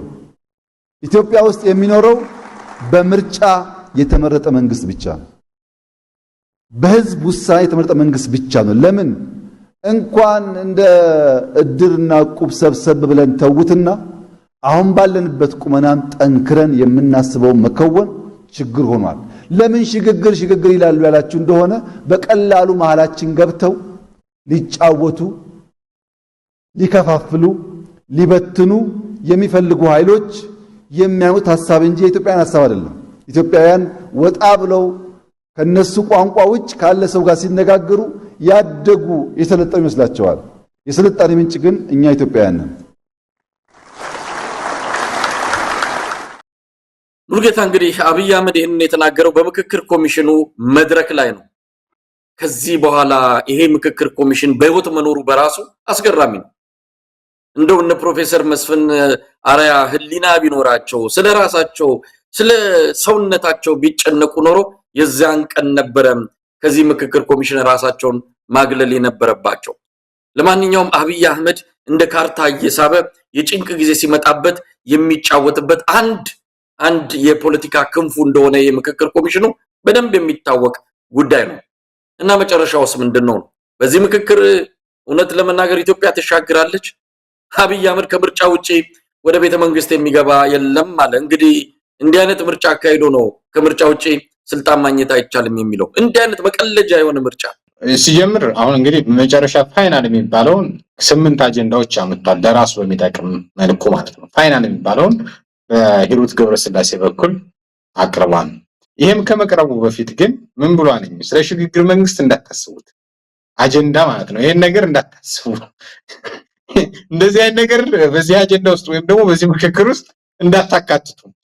እንግዲህ ህዝብ ይመካከር ብለህ ኮሚሽነር መድበ ከህዝብ ነው አጀንዳ ያሰባሰብኩት ብለ ህዝቡ የምክክር ነገር ይፈጠርልኝ የሽግግር ነገር ይፈጠርልኝ አብይ አህመድ አያስፈልገኝም ብሎ ካመነ ማሸጋገርና መሄድ ስላለበት ትክክል ነበር አይደል? ግን ህዝቡም ጭምር እንዳያነሳ ለአዳራሽ ብቻ አይደለም ለኢቲቪም ጭምር ተዘገረ። ስለዚህ ህዝቡም እንዲለማመደው ወይም ደግሞ ይህን ጥያቄ እንዳያነሳ የማድረግ አስማሚያ ተደረገ ማለት ነውና ስለዚህ ዋና ዓላማው እኔን ለማንገስ እኔን ፕሬዝዳንት ለማድረግ እናቴ በልጅነቴ ሰባተኛው ንጉስ ትሆናለህ ስላለችኝ የዛ ንግስና ደግሞ በጠቅላይ ሚኒስትርነት ስለማይገኝ በፕሬዝዳንትነት አድርጋችሁ በዛ ቀቡኝ የሚል አዝማሚያ ያለው አካሄድ ነው የተካሄደው። እንዳልከውም እነ መስፍን አርአያም እንደዚህ እየተባሉ መጀመሪያውን መቀበል አልነበረባቸው ሊቀበሉት አይገባም ነበር። ዛሬ ላይ በመጨረሻ እኛ ያላጸደቅነው እኛ ያልተዋየንበት በሂሩት ጉዳይ ነው የመጣው በሚል መረጃ ሊክ ቢያደርጉ ውጤት ማምጣት አይቻልም። ምክንያቱም ከዚህ በኋላ አብይ አህመድ ወደ ግራ ወደ ቀኝ እንቀሳቀሳለሁ ቢል እድሜያችሁ ደርሷልና ልትሞቱ ያላችሁ ናችሁ ብሎ ወይም ደግሞ እድሜያቸው ደርሷልና ሙቷን የሚልባቸው ሊገላቸው የሚፈልግ ግለሰብ ነው አብይ አህመድ እና ይሄን በአግባቡ ማየት ያስፈልጋል። ከዛ በተጨማሪ እንደው ምን ሊሆን ይችላል ከተባለ ልክ 1983 ዓመተ ምህረት እነ መለስ ዜናዊ የሚመስሏቸውን እዚህ ቀጠና ላይ አማራ ስለሚበዛ እዚህ ታስታውሳለህ ደቡብ ክልልና ሌሎች ቦታዎች ላይ አንዳንድ ከተማዎች ላይ ሽግግር መንግስቱ ውክልና ሲባል ከተማ አካባቢ ላይ አማራ ስለሚበዛ ውክልና በገጠር ይሁን ገጠር ላይ አማራ ሲበዛ ደግሞ ውክልናቸው በከተማ ይሁን ብሎ እንዳደረገው እንደ 1983 የጭቅጭቅ አጀንዳ ሆኖ ይቀጥላል። ከዛ በተጨማሪ መላ ኢትዮጵያን ሳይወያዩ ሳይነጋገሩ ህገ መንግስት እንዳጸደቀው እንደ 1987 በተመሳሳይ ይሄኛውም እንደዛ ይሆናል። ምክንያቱም አብይ አህመድ የመውጫ መንገዴ ነው የመዳኛ መንገዴ ነው የምነግስበት ነው ስላልመነ እኛ እንደዚህ ብንጮህም እኛ እንደዚህ ብንናገርም እኛ እንደዚህ በርካቶች ማሰብና አስተያየታቸው ብስጡም የሚያዳምጥበት ጆሮ የለውም። ስለዚህ እንደ 1983 እንደ 1987 የከሸፈ ይሆናል። ነገር ግን ያው ታሪክ ይመዘግባል። ከዛ በተጨማሪ ደግሞ በዚህ ሂደት ውስጥ እነማን ተሳተፉ እነማን አጸደቁ በዛ ሂደት ውስጥ እኮ የተሳተፉ ትክክል ያልሆኑ ከማለፋቸው በፊትም ካለፉም በኋላ በባዮግራፊ መልክ እንኳን የጻፉ አሉ አይደል? እንደዛ የመጻፍ እድል ሊኖራቸው ይችላሉ አንዳንዶቹ ልክ እንደ የነጋሶ ጊዳዳ መንገድ በሚል እንዳነበብናቸው መጽሐፍቶች ማለት ነውና ሌሎችም እንደዚህው ይሆናሉ ብዬ አምናለሁ። ግን ኢትዮጵያ ውስጥ አሁንም ወደፊት ብሔራዊ ምክክር እውነተኛ ብሔራዊ ምክክር ያስፈልጋል ተብሎ ይታመናል። እነዚህ ብሔራዊ ምክክር ለማድረግ ምክንያቱም አገሪቱ የቁርሾች መናኸሪያ የጸቦች መናኸሪያ እየሆነች ነው። ትናንት የአንድነት ትናንት የፓን አፍሪካኒዝም ትናንት የበርካታ ነገሮች መገለጫ የነበረች ሀገር ነች። ዛሬ ግን ከዛ በተቃራኒ እየሆነች ያለችበት ነው። ስለዚህ የፍትህ ስርዓቱ የምርጫ ቦርድ የሰብአዊ መብት ኮሚሽን ፍጹም ገለልተኛ ሆነው የሚዋቀሩበትን ተጠያቂነት የሚሰፍንበት ስርዓት መዘርጋት ወደፊት አይቀርም። ስለዚህ ዛሬ እያንዳንዱ እየተደረጉ ያሉትን ነገሮች እንደ መማሪያ እንወስዳቸው እንችላለን። በነገራችን ላይ መሰለኝ ይሄ ሙሉ ለሙሉ ኢትዮጵያ ህዝብ አይቀበለው። ምክንያቱም ብልጽግና እንዳንድ አካል ነው። ምክንያቱም በኢትዮጵያ ውስጥ መወሰን የሚችሉ ኃይሎች ተፈጥረዋል። አንድ መንግስት ነኝ የሚል አካል እንደ መንግስትነትም ላይቀበሉት የሚችሉ እንደውም በተቃራኒ ትይዩ መንግስት እየገነቡ ያሉ ኃይሎች አሉ። የህወሓት ኃይል በተመሳሳይ ትግራይ ክልል ላይ ራሱን ችሎ ራሱን አስተዳደር ዘርግቶ ከኢትዮጵያ ማዕከላዊ መንግስት ከተገፋ አመታት ተቆጥረዋል። አሁን ላይ በተመሳሳይ የአማራ ክልል መንግስት ነኝ የሚባለው ነኝ የሚለው የክልሉ ካቢኔ ሙሉ ለሙሉ እየተወገደ ፋኖ ጊዜያዊ አስተዳደር ትይዩ መንግስት እየገነባ እነዚህ አካላት ናቸው የኢትዮጵያ አካል የሚወስኑ። በተመሳሳይ የኦሮሞ ነጻነት ሰራዊትም እንደዚህ በኦሮሚያ ክልል የአፋሩ ኃይል ኦጉጉሙን በተመሳሳይ ራሱን እያጠናከረ ነው። ቤንሻንጉልን በተመሳሳይ ጋምቤላን በተመሳሳይ ሶማሌን በተመሳሳይ ኢትዮጵያ ውስጥ አብይ አህመድ በፈጠረው ግጭት አብይ አህመድ በፈጠረው ጦርነት የታጣቂዎች መናኸሪያ ነው የሆነችው። ስለዚህ በርካታ አብይ አህመድ አንድ ታጣቂ ነው፣ ሌሎችም ታጣቂዎች ናቸው። በርካታ ታጣቂዎች ባሉበት አንድ ታጣቂ ብቻውን የሀገሪቱ መንግስት ዋና መቀመጫ ስለያዘ ታጣቂ ነው። በነገራችን ላይ ስለያዘ በጀቱን እንደፈለገ እያከፋፈለ በኢትዮጵያ ስም እየተበደረ አማራውን በሚገለው ይበደራል፣ ኦሮሞውን በሚገለው ይበደራል፣ ትግሬውን በትግሬውን ትግራይ ወደፊት ኢትዮጵያ አገር ሆና የምትቀጥል ከሆነ ምክንያቱም በርካታ ሀሳቦች ናቸው የብልጽግና ጀነራሎችም ትገንጠል ስለሚሉ እና አዳነች አቤቤ እና ትግራይን ለወጉበት ትግራይ ዕዳ ይከፍላል። አማራን አሁን በወጉበት አማራ ዕዳ ይከፍላል። እነማን አብይ አህመድ ወንበራቸውን ለመጠበቅና እንግዲህ በሀገራዊ ምክክሩ ውጤታማ ሊሆን አይችልም። ውጤታማ ሊሆን የሚችለው ምን ቢሆን ነበር? ሁሉን አሳታፊ ሁሉን አቀፍ ቢሆን ነበር። እንግዲህ በትጥቅ ትግል ያሉ አካላት፣ የተቃዋሚ ፓርቲ አመራሮች፣ የሲቪክ ማህበራት፣ የሃይማኖት አባቶች ያለምንም ስጋትና በነፃነት የሚሳተፉበት ምህዳር ቢፈጠር ይሄ ብሔራዊ ምክክር እውነተኛ ብሔራዊ ምክክር ሊሆን ይችል ነበር። ግን ቀድሞ ይሄ የአብይ አህመድን ስልጣን ለማስቀጠል እየተሞከረ ያለ አካሄድ ነው በሚል 2015 ዓመተ ምህረት ጀምሮ በርካቶች አውግዘውታል። በተለይ የአማራ ፋኖ ከ2015 ዓመተ ምህረት ጀምሮ ሁሉም አውግዞታል። ውክልና ያለህ እኛ አልወከልንህም፣ ህዝባችን አልወከለህም፣ ውክልና ይዤ እንቀሳቀሳለሁ ምትል ካለ በህግ ተጠያቂ ነህ ነገ በሚል በተደጋጋሚ ተነግሯል። ስለዚህ አብይ አህመድ እየዘረጋ ያለው በነገራችን ላይ መሳይ እንደቀልድ አትየው መስከረም 30 ላይ አድማጭ ተመልካቾቻችንም አብይ አህመድ በቅር ደረጃ ይዞ ቀደም ብሎ ሲነገር የነበሩ በመረጃ ደረጃ እንደዚህ አይነት መረጃዎች ሲወጡ ቀኑን ሊቀይረው ይችላል። ግን መስከረም 30 ላይ ንጉሳዊ አክሊል ልደፋለሁ በሚል እየሰራ ያለበት ወደ አዲሱ ቤተመንግስት ወደ ጫካ ፕሮጀክት ማለት ነው እገባለሁ በሚል ከፍተኛ እንቅስቃሴ እያደረገበት ያለ ፕሮጀክት እንደሆነ የኢትዮጵያ ብሔራዊ ምክክር ኮሚሽን ሳይሆን የአብይ ብሔራዊ ምክክር ኮሚሽን እንደሆነ አድማጭ ተመልካቾቻችን እንዲረዱልን ከዚህ በፊትም በርካታ ሰዎች ተሰብስበው አንድ አይነት ምስል እሱም የአብይ አህመድ ምስል ሆኖ የአብይ አህመድ የብሔራዊ ምክክር ኮሚሽን ተብሎ እንደተነገረ ይታወቃል። እነዛ መገለጫዎች እውነተኛ የህዝብ ስሜት መሆናቸውን በግልጽ ማስቀመጥ ያስፈልጋል። እውነት ለመናገር የምክክር ኮሚሽኑን በተመለከተ መረጃውን በቅርብ የነገሩን ሰዎች በዋናነት አብይ አህመድ የተወሰኑ ከህገ መንግስትም ጋር የተያዙ ለሱ ስልጣን ቀደም ሲል ለጠቀስከው እሱም አንዳንድ ጊዜ አምልጦትም ይሁን ወይም ደግሞ አስቀድሞ አጀንዳ በማውጣት ይሄን ነገር እንድንለማመደው ለማድረግ አስቀድሞ የተናገራቸው ነገሮች አሉ። ለምሳሌ ፕሬዝዳንታዊ የሆነ መዋቅር እንደሚኖር ብርሃኑ ነጋ እዚህ መጥተው የሱን ደጋፊዎች ብርሃኑ ነጋ ደጋፊዎችን ሰብስቦ ነግሯቸዋል። ፕሬዝዳንታዊ ይሆናል በሚቀጥለው የሚመጣው ምርጫ የምናየው መሪ ፕሬዝዳንታዊ በሆነ ቅርጸ መንግስት ነው ሀገሪቱን የሚመራት የሚል አጀንዳውን አስቀድሞ ያሾልካል። ብዙ አጀንዳዎችን ነው አብይ አህመድ ቀስ ብሎ ይበትንና የህዝብ የልብ ትርታን ለማዳመጥም እንዲረዳው ነው። ስለዚህ የሱ አጀንዳዎች ናቸው። አሁን እንደሰማነውም ከሆነ ህገ መንግስቱን እሱ ከፈት አድርጎ የሚፈልጋቸውን ነገሮች አስተካክሎ መልሶ ለማሸግና ለመዝጋት ተዘጋጅቷል።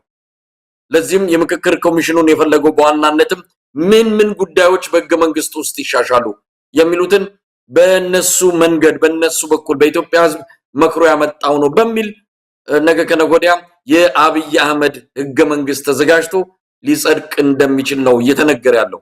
ስለዚህ ህገ መንግስቱ የአብይ አህመድ ህገ መንግስት ነው። ቅርጸ መንግስቱም ይቀየራል፣ ብዙ ነገሮች ይቀየራሉ። ክልሎች የተሰጣቸውን እንዲያጸድቁ ነው የሚደረገው። ስለዚህ እንዲህ አይነት ነገር ይመጣል። አብይ አህመድ ትልቁ ስህተቱ ትልቁ የከሸፈው የሚያደርገው እያንዳንዱ ነገር ከአይን የተሰወረ አይደለም። ነገ ሊያደርግ የሚችለው ሁሉ የሚገመት ነው። የማይገመት ጠቅላይ ሚኒስትር አይደለም። የሚያደርጋቸው ነገሮች እያንዳንዱ ምርጫው ላይ ሊያደርግ ያሰባቸውን ነገሮች እንደተባለው አንድም ሳይዛነፍ ነው የተፈጸመው። ምክክሩም በተመሳሳይ። ስለዚህ መስከረም ላይ እንዲህ ሊያደርግ ነው የሚባለውን ነገር እንደሚሆን ምንም ጥርጥር የለውም። ንጉሠ ነገሥት ዘኢትዮጵያ አብይ አህመድ ተብሎ ሊመጣ እንደሚችል ቤተመንግስት የሰራውን ያው የሚኒሊክ ቤተመንግስት የሚለውን ከነስሙ እንዲጠፋ አድርጓል። አሁን የአብይ ቤተመንግስት በሚል እንዲተካ ነው ያደረገው። ብዙ ነገሮችን ከሱ የስልጣን ዘመን ጀምሮ የተነሱ አድርጎ ያው የወል ትርክት ብሎ መጥቷል። የኢትዮጵያን ለዘመናት የኖረ የኢትዮጵያን የእርስ በርስ መስተጋብር ጠንክሮ ያለባቸውን ኢትዮጵያዊ ትርክቶችን በሙሉ እያጠፋ የወል ትርክት የመደመር መንግስት እያለ በዚህ እየበረዘ ነገ ከነገ ወዲያ ከአብይ ጀምሮ ያለች ኢትዮጵያ ናት እንግዲህ በዓለም ላይ እንድትታወቅ የተፈለገው። ለማንኛውም የኢትዮጵያ ህዝብ ሁሉን ነገር ያውቃል። አያውቅም አይደለም። ሰሞኑን ከአዲስ አበባ ያነጋገርኳቸው አንዳንድ ሰዎች በግልጽም በአደባባይ ወጥተው የተናገሩት ፖለቲከኛና አበበ አካሉም እንደሚሉት ከሆነ የኢትዮጵያ ህዝብ ስርዓቱ እጅ ብሎታል። ትግስቱም አልቋል። አሁን ይሄ የውሃ 100 ዲግሪ ሴንቲግሬድ ላይ ሲደርስ እንደሚፈላ ሁሉ የኢትዮጵያ ህዝብ እዛ ደረጃ ላይ እየደረሰ ነው። ከፈላ በኋላ መመለሻም የለውም ነው። ያ እስኪሆን ድረስ ግን ጊዜ ፈጅቶበታል፣ ብዙ መስዋዕትነት ተከፍሏል። ከዚህ በኋላ አብይ አህመድ በመጣበት መንገድ እቀጥላለሁ ካለ ምናልባትም አጉል አወዳደቅ እንደወደቁት እንደ ጋዳፊ እንደሌሎቹ የአፍሪካና የዓለም መንግስታት የአብይም ታሪክ መደምደሚያው መጨረሻው ከዛ የተሻለ እንደማይሆን ነው የሚገለጸውና እንደው ነገሮች ሁሉ ለሱ አልጋ ባልጋ እንደሆኑ ሌሎቻችን ዝም ብለን ሌላው የኢትዮጵያ ሕዝብ አሜን ብሎ እየተቀበለ አሁንም ንጉሠ ነገሥት ሆኖ ሲመጣ የአብይን ሕገ መንግስት ለማጸደቅ ሲመጣ አሜን ብሎ ይቀበላል ማለት አይደለም። የሚሆነውን አብረን የምናይ እንደሚሆን ምንም ጥርጥር የለውም። ሙሉጌታ ልክ ነው። አብዛኛዎቹ ነገሮች ያው ብልጽግናና አብይ አህመድ አጠቃላይ ያው አብይ አህመድ ብልጽግና አብይ አህመድ ነውና እነሱ በፈለጉት እቅድ እነሱ በፈለጉት ሁለት የሚመራ ይመስላል። ከዛ በተጨማሪ ደግሞ የኢትዮጵያ ህዝብን ይነቀዋል። ምክንያቱም ይሄ ህዝብ ምንም አያመጣም። ከዛ በተጨማሪ ደግሞ ብሔርን ከብሔር ኤሊቱንም አቆራርፈዋለሁ የግጭት ማዕከል ነው። ስለዚህ መግባባት አይችሉም። ከዛ በተጨማሪ ደግሞ እነጋገራለሁ በሚሉ ጊዜ እኔም አጀንዳ ስለምሰጣቸው እርስ በርሳቸው እንዳይነጋገሩ ማድረግ ይችላሉ ስለሚያምን የኢትዮጵያ ህዝብ ደግሞ እሱ ከሚለው በተቃራኒ ነው። ውይይቶች ይኖራሉ፣ ንግግሮች ይኖራሉ። ስለዚህ ሁሉም ባለበት የአብይ አህመድን አገዛዝ ለመጣል ይተጋም ብዬ አምናለሁ። እንግዲህ ሙሉጌታ በአማራ ክልል ባለው ወቅታዊ ሁኔታና እንደዚሁም በምክክር ኮሚሽኑ ጉዳይ ላይ ብዙ ነገሮችን አንስተን ተወያይተናል። እንግዲህ የኢትዮጵያ ህዝብ መጪውን ጊዜ መቼም በመልካም ሁኔታ እንደማይጠብቅ ይታወቃል። አገዛዙ ይዞ የመጣው አርጩሜ ነው። ይዞ የመጣው ለህዝብ የሚጠቅሙ አጀንዳዎችን አይደለም። ህዝብን ከሸክሙ እፎይ የሚያደርጉ ከኑሮ ከመጣበት ግዙፍ ቋጥኝ ከሆነበት የኑሮ ሸክም እፎይ የሚልበት አጀንዳዎች አይደሉም። አብይ አህመድ ይዞ የመጣው የበለጠ ሸክም የበለጠ አደጋ ይዞ የመጣበት መሆኑን በግልጽ እያየን ነው የምንገኘው። የዋና ዋና ጉዳዮችን አንስተን ከመሰነባበታችን በፊት አንድ ጉዳይ እንደው እናንሳም። በእርግጥ ትልቅ ቁም ነገር ሆኖ አይደለም። ነገር ግን ብልጽግና ምን ይመስላል? ብልጽግና በእነማን ይወክላል? በእነማን ይመሰላል?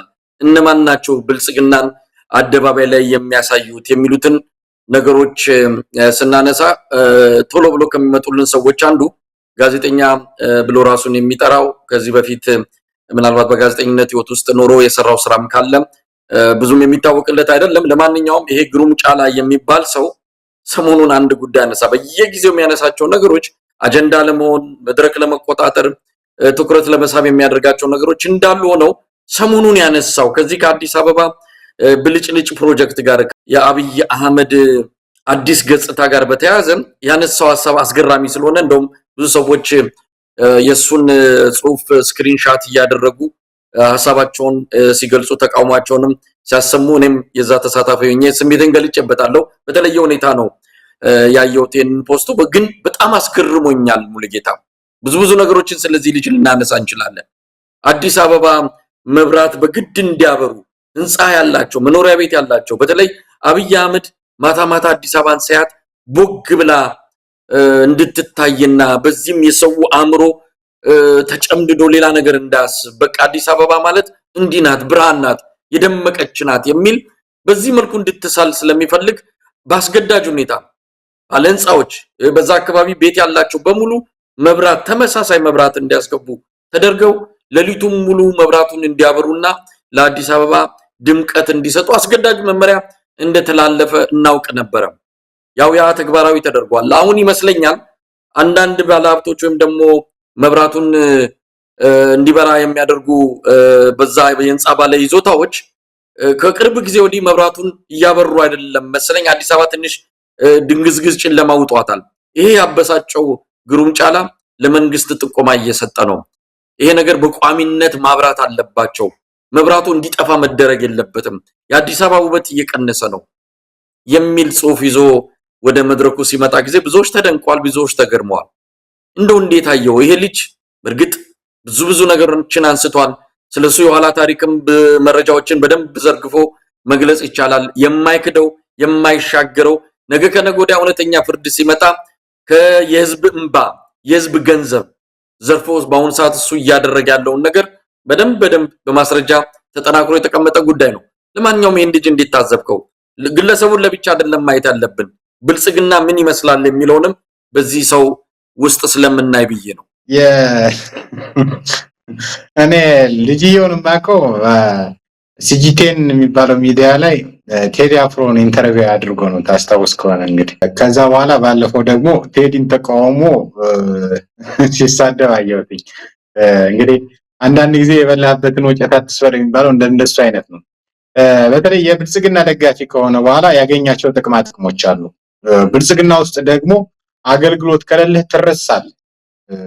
መሳይ አንዳንዶች ይረሳሉ።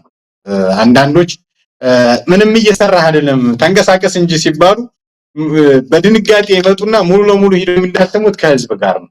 እዚህ ልጅ ላይ የሚያየውት ያስተዋልኩት ይሄ ነገር ነው። እና አዳነች አቤቤ ወይም ደግሞ እነ ሽመልስ አብዲሳ ወይም ደግሞ አብይ አህመድ ወይ አንተ ሚና ምንድነው በሚል እንግዲህ 88 የሚለው ዘፈን ከተለቀቀ በኋላ እንቅስቃሴ ያደረገ አይመስለኝም።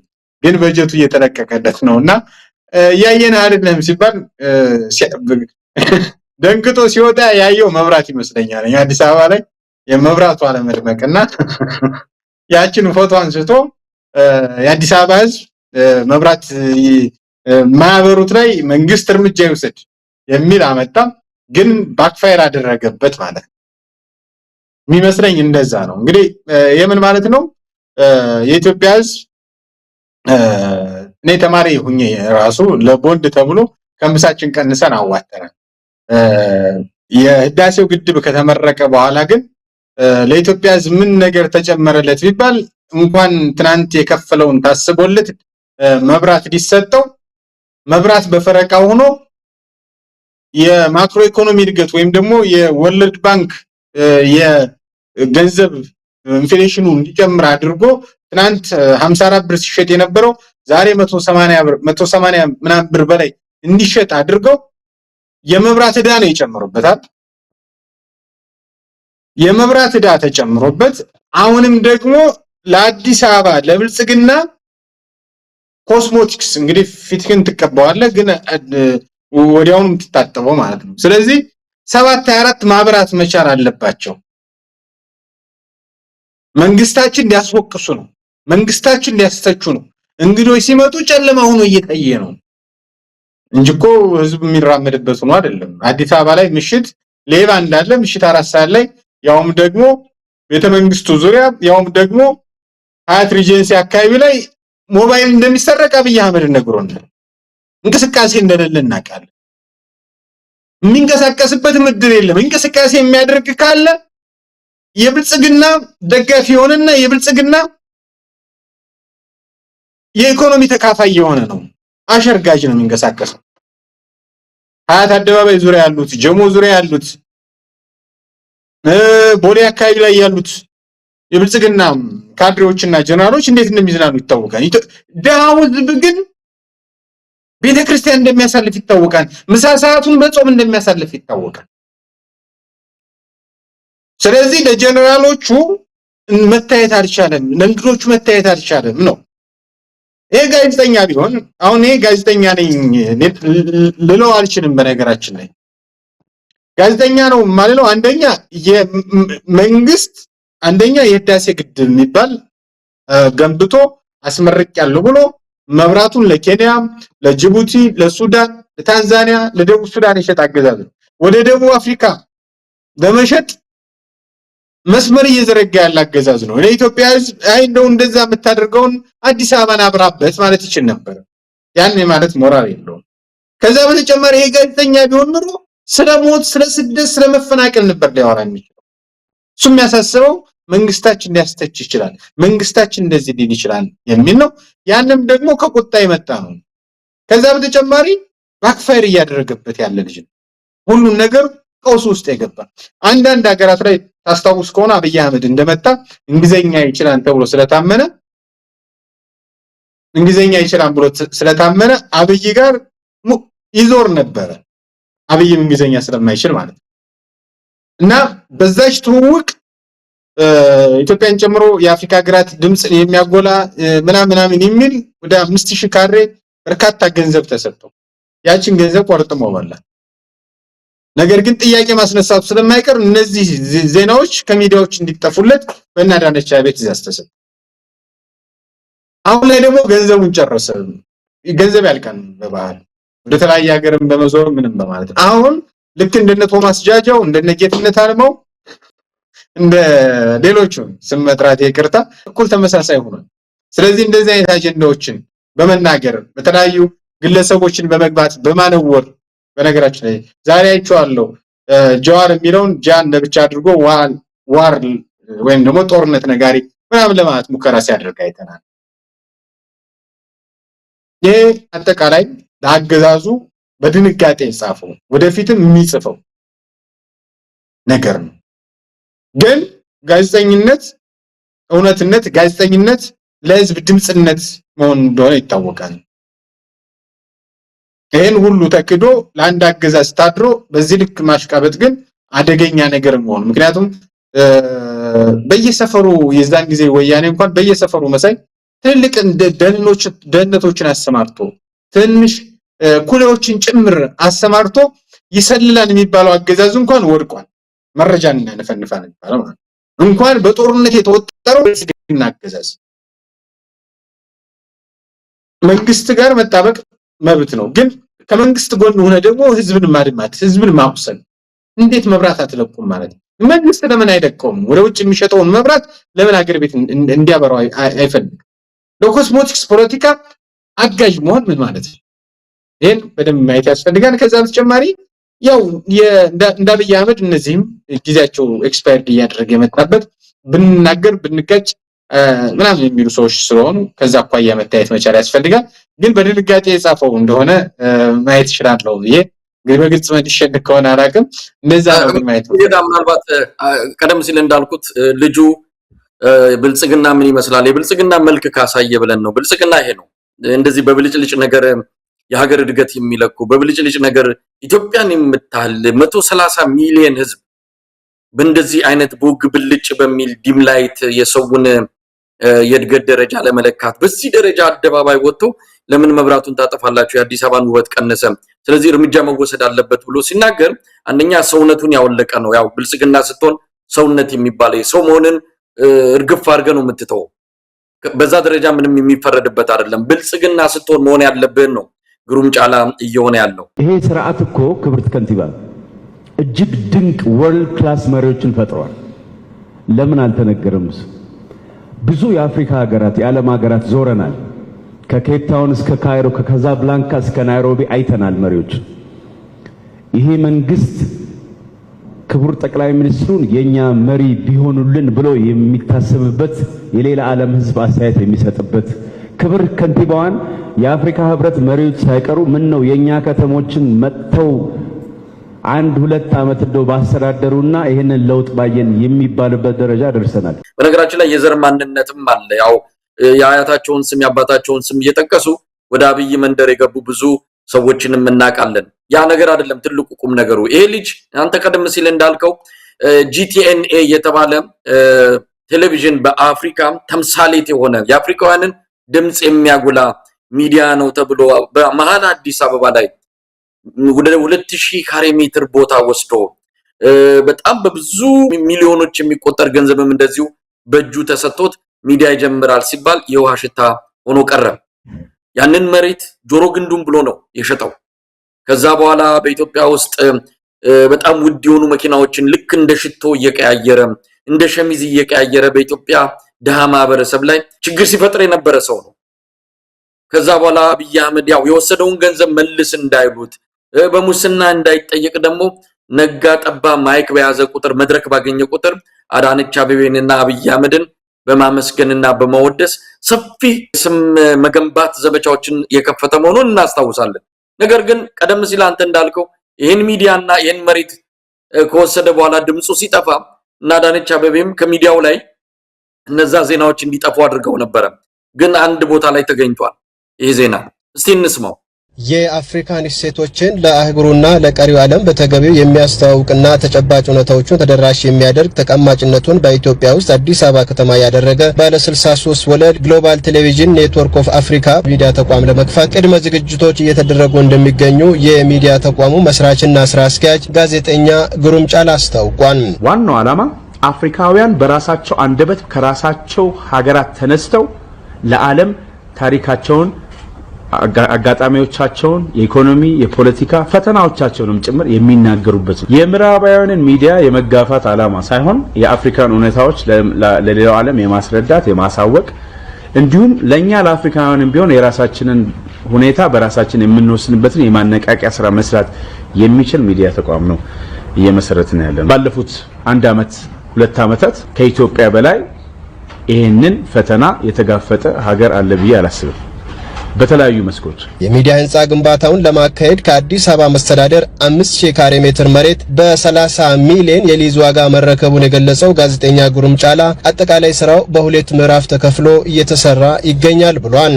የዚህ ሚዲያ አስፈላጊነት በአዲስ አበባ ከተማ አስተዳደር ካቢኔ ታምኖበት በተለይም ደግሞ ኢንቨስትመንትን ከማበረታታት አንፃር ብቻ ሳይሆን ይሄ ፕሮጀክት እንደ አንድ ወሳኝ የአፍሪካ ከተማ እንደ ሶስተኛ የዲፕሎማቲክ ሴንተር የዲፕሎማሲ ማዕከል የመጀመሪያው የሚባል ኢንቨስትመንት አጋጣሚ ነው። የመጀመሪያው የሚባል ዓለም አቀፍ ሚዲያ የሚቀመጥበት ነው የሚሆነው።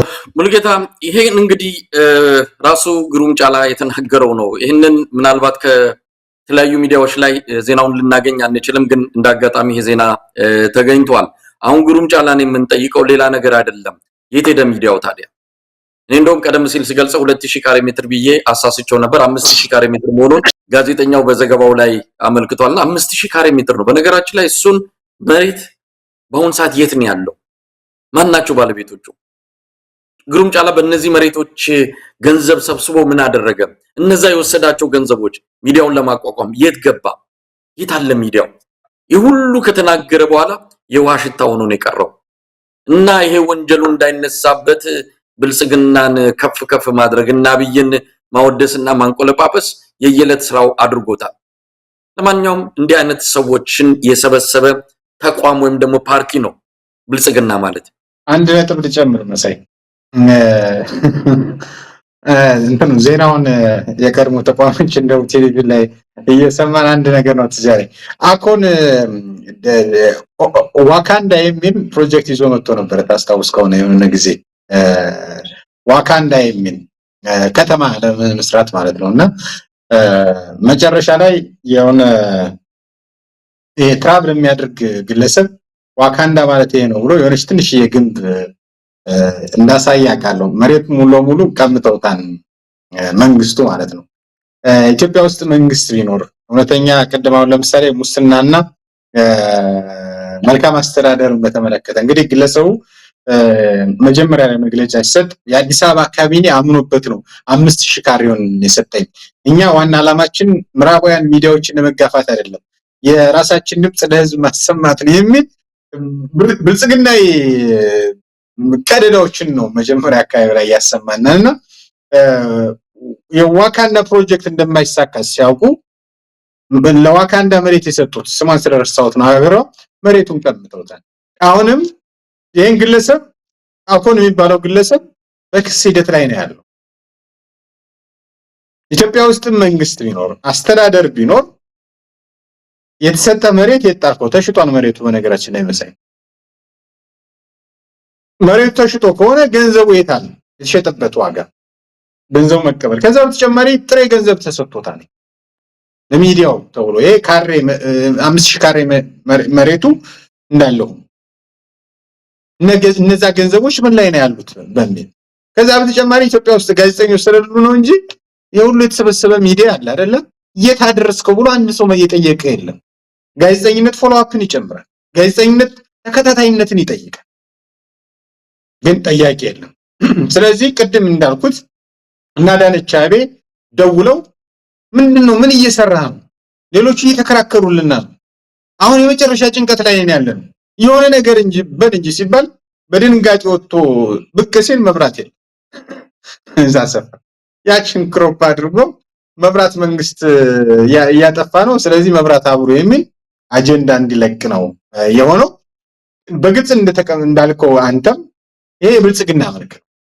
ብልጽግና በዙሪያው የሰበሰባቸው ያቀፋቸው ዘራፊዎች፣ ከዛ በተጨማሪ ደግሞ ለሱ የሚያሽቃብጡትን ብቻ በዙሪያው እንደሚሰበስብ ወንጀለኛን እንደሚያቀፍ የግለሰብ ወንጀለኛ ሆኖ ወንጀሉን ለመደበቅ ሲል ሌሎቹን አስገዳጅ ሁኔታ ውስጥ እንዲወድቁ ለማድረግ የሚተጋ ግለሰብ ሰርቶ የሚያድሩ ኢትዮጵያ ውስጥ ኑሮ ውድነት በጣም ከባድ ነው።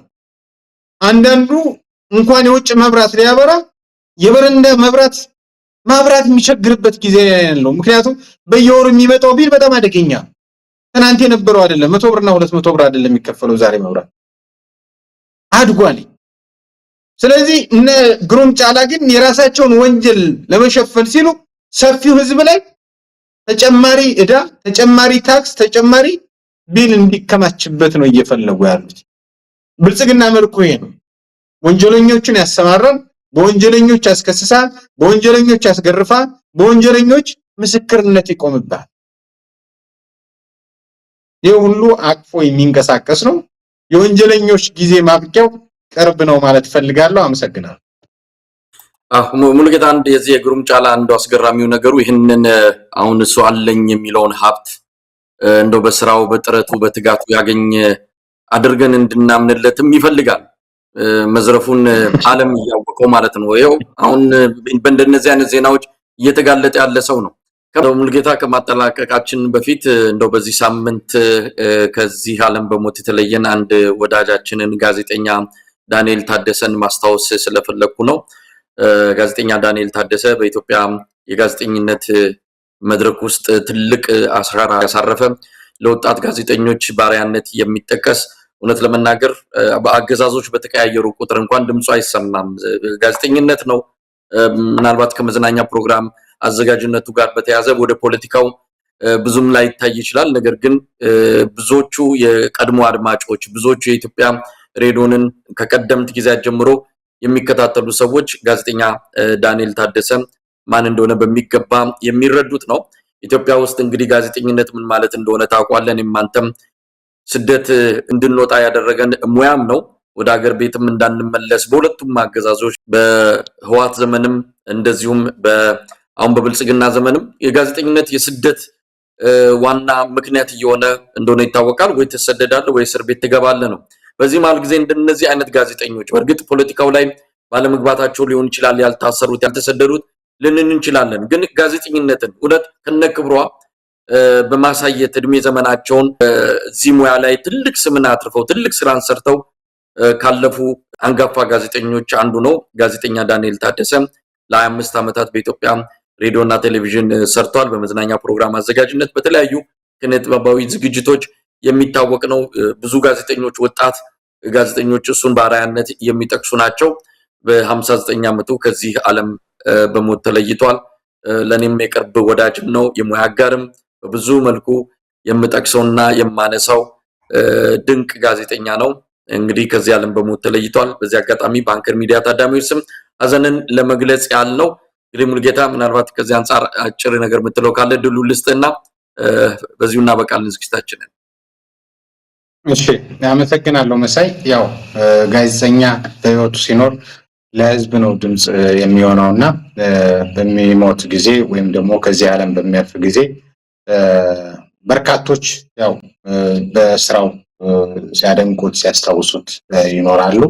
ቤተሰቦቹ ደግሞ የቅርብ ሀዘናቸውን ከባድ እንደሚሆን ነው። እንግዲህ አጠቃላይ ለሱ ነፍስ ይማር፣ ለቤተሰቦቹ ደግሞ የከበረ መጽናናትን እንደግል እንዳንድ ጋዜጠኛ እመኛለሁ። መጽናናትን ይስጣቸው ማለት ፈልጋለሁ። በጣም አመሰግናለሁ ሙሉጌታ። እንግዲህ በዚሁ የዛሬውን ዝግጅት እናበቃለን።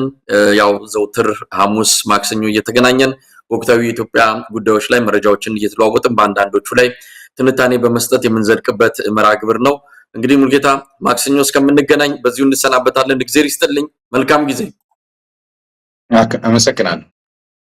ተመልካቾች በዚሁ አብቅተን ቀጠሮ በመያዝ እንሰናበታለን። አብራችሁን ስለነበራችሁ ምስጋናችን ከልብ ነው። ኢትዮጵያ በክብር ለዘላለም ትኑር። ጤና ይስጥልን።